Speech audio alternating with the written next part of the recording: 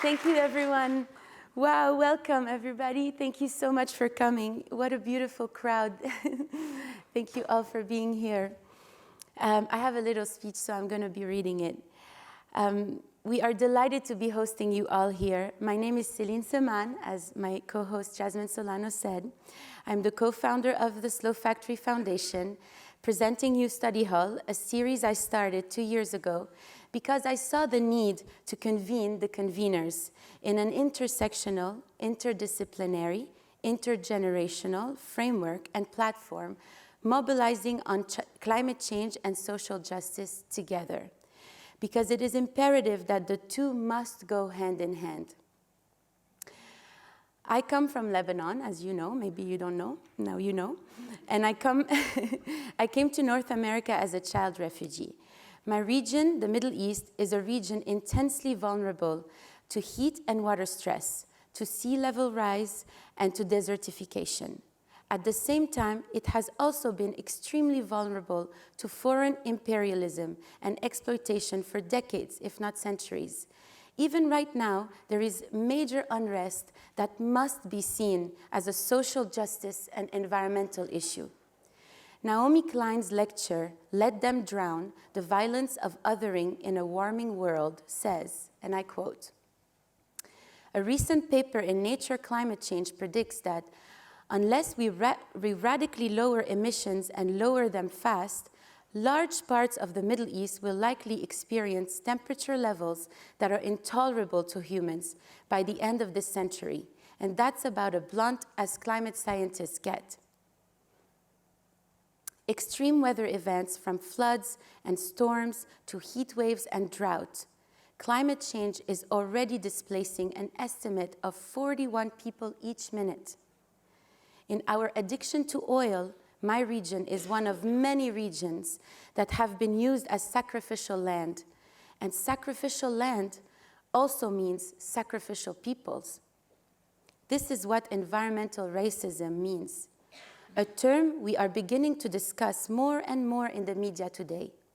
What justifies this addiction to oil and the justification of constant instability, war, famine, and military coup in a region for the benefit of another to dress, to consume, to play with products manufactured mainly with that oil. Plastic.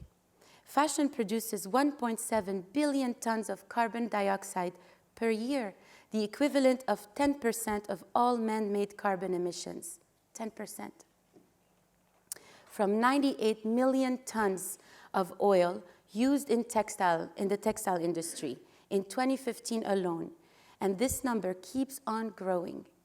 Although we are becoming immune to all these catastrophic stats, I am not here to shame you or to tell you that our house is burning down. We are here because we want to explore solutions that are ready to scale. Scaling positive solutions now.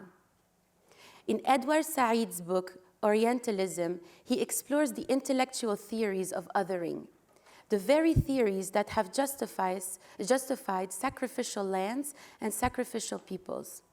These theories persisting today in the way we report on climate change, on youth activists, prioritizing a person and erasing entire groups of people, the way we justify colonial structures of extractivism, exploitation, and forced labor. These notions of othering justify colonialism, patriarchy, and capitalism. And now climate action. Unless we prioritize education, our own education of unlearning certain notions that continue to perpetuate disastrous consequences to our climate, we must open up to the other, center the voices of Black, Brown, Indigenous people alongside scientists in order to change not climate itself, but our ways of existing with one another.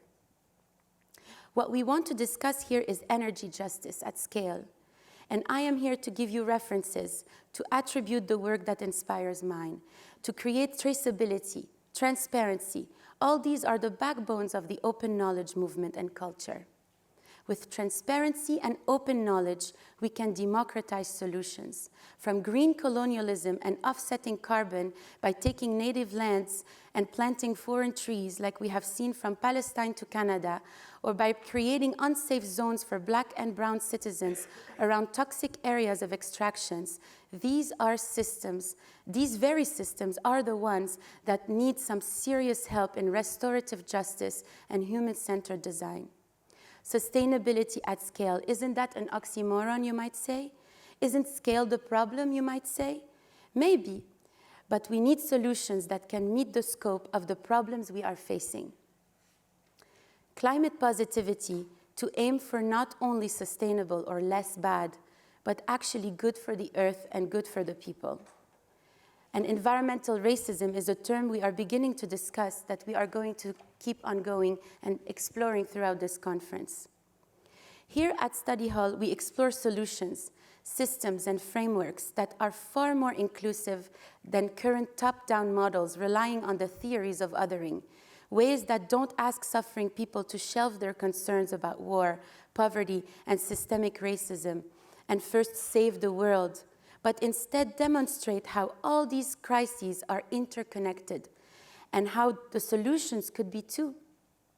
We are here to apply a scientific thinking paired with indigenous knowledge, centering Black, brown, and indigenous voices to allow for unlearning to occur, to give you food for thought, as well as tangible long-term solutions, case studies, and practical yet expensive thinking, tools to effectively solve the climate crisis affecting our humanity.